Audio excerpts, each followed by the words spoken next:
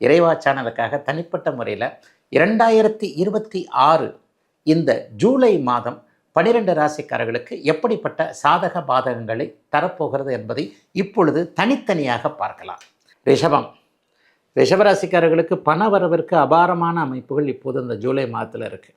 ஏற்கனவே ஒரு மாதம் 2 மாதமாக பரவாயில்லன்னு தான் இருக்கிறீங்க. அப்படி ஒன்றும் ஆகா ஓகோன்னு இருக்குது அப்படின்னு நான் சொல்லலைன்னா கூட ஏதோ ஓரளவுக்கு சமாளிச்சுக்கிட்டு தாங்க இருக்கிறேன். பழைய கஷ்டங்கள்ல இப்போ ஒன்றும் இல்லைங்கன்ற அளவிற்கு கொஞ்சம் தெம்பாக இருக்கக்கூடிய மாதமாகத்தான் இந்த மாதம் அமையும். மாதம் முழுவதும் ராசிநாதன் கேதுவோடு சேர்ந்திருந்தாலும் கூட 4ஆம் இடத்துல வலிமையாகவே இருக்கிறார். 3ஆம் இடத்துல சூரியன் குரு மாதத்தின் 15ஆம் தேதிக்கு பிறகு சேருவது என்பது அரச லாபம், அப்பாவால் லாபம், இந்த மாதிரியான விஷயங்கள் கிடைக்குங்க. இந்த அரச லாபம்னா என்னங்க?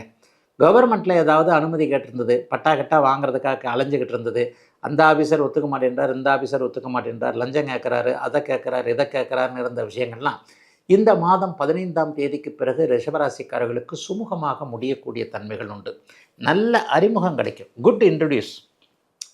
ஒரு பணக்காரர் அல்லது ஒரு அதிகாரம் உள்ளவர் அல்லது ஒரு பெரிய ஆள், அப்படி இருக்குது இப்படி இருக்குது சொன்னால் நடக்குமையா, டக்குன்னு சொன்னால் செஞ்சுருவாங்கய்யான்னு சொல்லுவோம் இல்லையா? இந்த மாதிரி அதிகாரம் உள்ள ஒருவருடைய தொடர்பு, கான்டாக்ட்ஸ் ஏதாவது ஒரு வகையில் இந்த மாதம் பிற்பகுதி 15ஆம் தேதிக்கு பிறகு அப்படியே ரிஷபராசிக்காரர்களுக்கு கிடைத்து அதன் மூலமாக மிகப்பெரிய நன்மைகள் நடக்கக்கூடிய அமைப்புகள் கண்டிப்பாக இருக்குதுங்க. ரிஷபராசிக்காரர்களுக்கு பணம் சார்ந்த விஷயங்களில் ஒரு தீர்வுகள் கிடைக்கும். யார்ட்டையாவது கொடுத்து வச்சுருந்து ஏமாந்து போயிருந்தீங்கன்னா, அல்லது சும்மா நம்மளை ஏமாத்துறாரு, தேவையில்லாமல் சும்மா கடனாக வட்டிக்கெல்லாம் கொடுக்கல, கடனாக தான் கைமாத்தான் தான் கொடுத்தேன், எனக்கு தேவைப்படுற நேரத்தில் திருப்பி கொடுக்க மாட்டேன்றார் பார்த்தியா என்கின்ற மாதிரியாக ஏதோ ஒரு வகையில் பணம் சார்ந்த விஷயத்தில் கவலைகளில் இருக்கக்கூடியவர்களுக்கு அந்த கவலைகள் விலகக்கூடிய அமைப்பு ரிஷபராசிக்காரர்களுக்கு இந்த மாதத்துலேருந்து வருது. 2-11ஆம் இடங்கள் வலிமையாக இருக்குது. காதல் கைகூடும், காதல் நிறைவேறும். அப்படிங்கிறத விட காதல் யார் கூட எப்படின்ற சில அடையாளங்கள்லாம் தெரியும். நட்பு காதலாக மாறக்கூடிய அமைப்புகள் இருக்குது. ஏற்கனவே இந்த ஆண் பெண் உறவுகளில் நொந்து நூலாகி போயிருந்தவர்களுக்கு புதிய நல்ல அனுபவங்கள் கிடைக்கக்கூடிய அமைப்பு. இந்த மாதத்திலேயே திருமண உறவுகளுக்கான நிச்சயார்த்தம். இந்த பொண்ணு வேணாம், அந்த பையன் வேணாம், இப்படி இப்படின்னு தட்டி விட்டுக்கிட்டே இருந்தவங்க எல்லாருக்குமே மனதிற்கேற்ற மணாலனே மங்கையின் பாக்கியம் அல்லது மனதிற்கேற்ற தாலி பாக்கியம்னு சொல்லுவாங்க இல்லையா? அந்த மாதிரியாக பிடித்தமான மாப்பிள்ளை போன்ற அமைப்புகள், பெண் போன்ற அமைப்புகள் இந்த மாதத்திலிருந்து ஆரம்பிக்குதுங்க. இன்னும் ஒரு 6 மாதத்துக்குள்ளே கல்யாணம் ஆகாதவங்களுக்கு கல்யாணம் ஆகிடுங்க. குடும்பம் நல்லாயிருக்கும், பணவரவு நல்லாயிருக்கும், வேலை தொழில் அமைப்புகளில் கொஞ்சம் நிம்மதியாக இருக்கும். அதுக்காக பாலும் தேனும் ஆறாக பெருகி ஓடப்போகிறது ரிஷபராசிக்காரர்களுடைய வீடுகள்லாம் பொய் சொல்ல முடியாதுங்க. நல்லா இருக்குங்க. 11ஆம் இடத்தில் இருக்கக்கூடிய சனி லாபத்தை கொடுப்பார், வெற்றியை கொடுப்பார். 2ஆம் இடத்தில் இருக்கக்கூடிய புதன் தனலாப அமைப்புகளில், குடும்ப அமைப்புகளில் பிரிவு ஏற்படாமல் சண்டை சச்சரவுகள் இருந்தாலும் என் புருஷன் என் மண்டாட்டின்ற மாதிரியாக ஒரு நட்பு உறவு விஷயங்களையும் கொஞ்சம் நல்லவைகளை கொடுக்க போகிறார். 9ஆம் இடத்தை குரு பார்க்கிறார் இல்லையா? இது ஒரு பெரிய யோகமான ஒரு அமைப்பு. ஆன்மீக எண்ணங்கள் அதிகமாக இருக்கக்கூடிய அமைப்பும் உருவாகக்கூடிய நல்ல மாதங்க ரிஷபராசிக்காரர்கள் எல்லோருக்கும் இந்த ஜூலை மாதம். 12 ராசிக்காரர்கள்லையும் எல்லாரும் நல்லா இருக்கிறாங்கன்னு சொல்ல முடியாது, எல்லாருமே கெட்டு போயிருக்கிறாங்கன்னு சொல்ல முடியாது. சாதகமற்ற பலன்கள், சாதகமான நல்ல பலன்கள் எல்லாருக்குமே மாறி நடக்கக்கூடிய இந்த சூழ்நிலையில் வரப்போகின்ற இந்த ஜூலை மாதம் எனக்கு எப்படிங்க ஐயா இருக்கும்? ஏதோ ஒரு அளவிற்கு ஒரு சர்வைவல்னு சொல்லக்கூடிய அளவிற்கு பிரச்சனைகளை தீர்க்கக்கூடிய நிலைமைகளில் இருக்குமா? அவரவருக்கு பலவிதமான கவலைகளிலே நான் அடிக்கடி சொல்லுவேன், வயதிற்கேற்றார் போல தான் பலன்கள் நடக்கும்னு சொல்லுவேன். ஒரு 15 வயதில் இருக்கக்கூடிய ஒரு பள்ளி பருவ மாணவனுக்கு என்ன நடக்கும்? 10th நல்ல மார்க் எடுப்பனா, +2 நல்ல மார்க் எடுப்பனா, +1 நல்ல மார்க் எடுப்பனான்னு தான் இருக்கும்.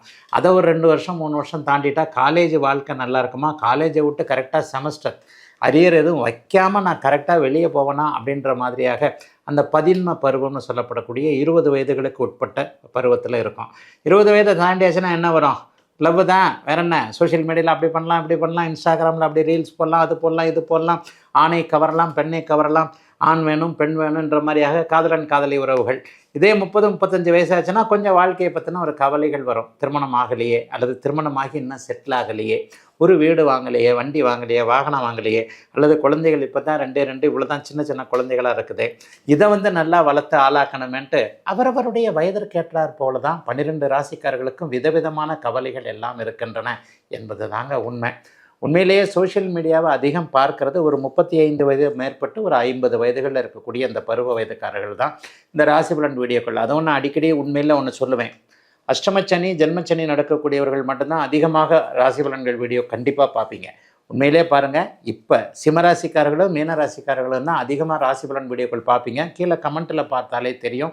அது மட்டும் கொஞ்சம் கூடுதலாக வியூஸ் போகும். ஏன்னா 12 ராசிகள்லையும் இந்த கோச்சார பலன்கள்னு சொல்லப்படக்கூடிய இந்த வருட பலன்களாக இருக்கட்டும், எதாக இருக்கட்டும், மாத பலன்கள் இப்போ சொல்கிறோம் இல்லையா, இதில் பூரண ஆதிக்கத்தை செலுத்தக்கூடியவர் சனி பகவான் என்று இருக்கின்ற 2.5 வருடம் குறைந்தபட்சம் 2.25 வருஷத்துலேருந்து 2.5 வருஷம் ஒரே ராசி மேலே இருக்கக்கூடிய இந்த சனி பகவான் தாங்க.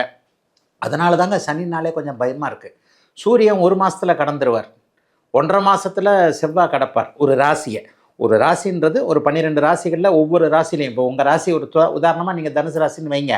தனுசு ராசிக்காரரில் உங்கள் ராசிக்கு மேலே சூரியன் வந்து உட்காராருன்னா 1 மாதம் வந்து உட்காருவார். அதைத்தான் நம்ம மார்கழி மாதம்னு சொல்கிறோம். மார்கழி மாதம் முழுவதும் தனுசு ராசியின் மேலே சூரியன் வந்து உட்காந்துருப்பார். ஒவ்வொரு 1.5 மாதத்துக்கு ஒரு தடவை செவ்வாய் மாறிக்கிட்டே வருவார்.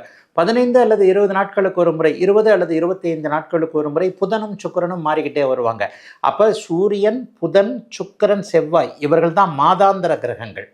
சூரியன் 30 நாள், புதனும் சுக்கிரனும் 20-25 நாட்கள், செவ்வாய் தோராயமாக 45 நாட்கள். இவர்களை தான் மாதாந்திர அமைப்புகளில். இப்போ நான் ஜூலை மாத பலன்கள் உங்களுக்கு எப்படி இருக்குன்னு சொல்ல போனேன் இல்லையா, இது வந்து சூரியன் எந்த இடத்துல இருக்கிறார், செவ்வாய் எந்த இடத்துல இருக்கிறார், புதனும் சுக்கிரனுடைய இயக்கங்கள் எப்படி இருக்கிறார். புதன் இப்போ வக்கரத்தில் இருக்கிறார், மேலே ஏறி இறங்கிக்கிட்டு இருப்பார். இதை வைத்து தான் அந்த பலன் சொல்லப்படுகிறதுங்க. வருடாந்திர கிரகங்கள்னு சொல்லப்படக்கூடியது 4 கிரகங்கள். இடையில ஒருத்தர் இருக்கிறார், சந்திரன் பேர், அவர் தான் ராசி. அவர் 2.25 நாளுக்கு ஒரு தடவை மாறிக்கிட்டே இருப்பார். அந்த அமைப்பின் அடிப்படையில் 2.25 வருஷத்திற்கு ஒரு முறை மாறக்கூடிய ஒரே இடத்துல நீடித்திருக்கக்கூடிய சனி தான் ஒரு ராசியை மிகப்பெரிய ஆளுமை செய்வார். அதைத்தான் நம்ம ஜென்மச்சனி, அஷ்டமச்சனின்னு சொல்கிறோம். 7.5 சனி வரும் பொழுது கடுமையான பலன்கள் ஒரு 7.5 வருஷம் இருக்கும் அப்படின்னு நம்மளாம் நினச்சிக்கிட்டா கூட, அந்த நடுப்பகுதியில் வரக்கூடிய ஜென்மச்சனியில் தான் ஒரு 2.5 வருஷம் கடுமையான பலன்களை செய்வார். மீனராசிக்காரரை கேட்டு பாருங்கள். அதுலேயும் குறிப்பாக ஒரு 30 வயசில் இருக்கக்கூடிய மீன் ராசிக்காரங்களை எல்லாம் கேட்டு பாருங்கள். சின்ன பசங்கன்னு சொல்லுவோம்ல, நம்ம இளைய பருவத்தினரை செல்லமாக அப்படி தானே கூப்பிடுவோம். அவங்கள கேட்டு பாருங்கள், என்னப்பா எப்படி பார்க்குற அப்படின்னு கேட்டால் எல்லாம் மூஞ்சி தொங்கி போயிருக்கும்.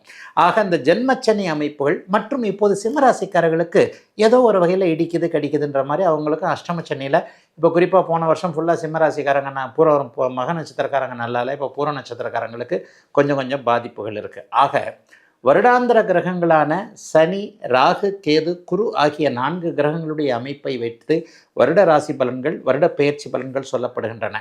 மாத பெயர்ச்சி பலன்கள், மாத ராசி பலன்கள் அப்படிங்கிறது இந்த சூரியன், செவ்வாய், புதன், சுக்கிரன் ஆகிய 4 கிரகங்களை வச்சோம். 2 நாட்களுக்கு ஒரு முறை மாறிக்கொண்டே இருக்கக்கூடிய அதிசீக்கிர கிரகமான சந்திரனுடைய இயக்கத்தை வச்சுருந்தாங்க இந்த பலன்களை சொல்கிறோம். இந்த மாதம் ஏதாவது வருடாந்திர பெயர்ச்சி இருக்கான்னா கண்டிப்பாக கிடையாதுங்க. சனி, ராகு, கேது இந்த 4 கிரகங்களும் ஜூலை மாதம் எந்த விதத்திலும் பெயர்ச்சி அடையாமல் ஒரே இடத்தில் இருக்க, இந்த சூரியன் இப்பொழுது அப்படியே எப்போவுமே வந்து சூரியன் வந்து மாறுவார்னு சொல்லிட்டேன் இல்லையா, செவ்வாய் ஒரே இடத்தில் நிலையாக இருக்கிறார். ரிஷப வீட்டில் செவ்வாய் இருக்க, மிதுன வீட்டிலும் கடக வீட்டிலும் ஜூலை மாதம் சூரியனுடைய இயக்கங்கள் இருக்கின்றன. புதன் ஆரம்பத்தில் கடகத்தில் இருந்தாலும் அதுக்கப்புறம் மிதுனத்துக்கு போயிடுறாரு. அதே மாதிரி பெரும்பாலான நாட்கள் ஒரு 25 நாட்கள் சிம்ம வீட்டில் சுக்கிரன் இருக்கிறார். இது தாங்க இந்த மாதத்துடைய கிரக நிலைமை. மற்றபடி எப்பவும் போல் டிசம்பர் மாதம் வரைக்கும் கும்பத்திலேயே ராகு கேதுகள் இருக்கும். மீனத்தில் இப்போது உச்சகுருவின் பார்வையில் சனி இருக்கிறார். கடகத்தில் உச்சகுருவாக இருக்கிறார் குரு பகவான். ஆக இவர்கள் இன்னும் ஒரு வருடத்திற்கு இதே மாதிரியான நிலைமைகளில் தான் இருப்பாங்க.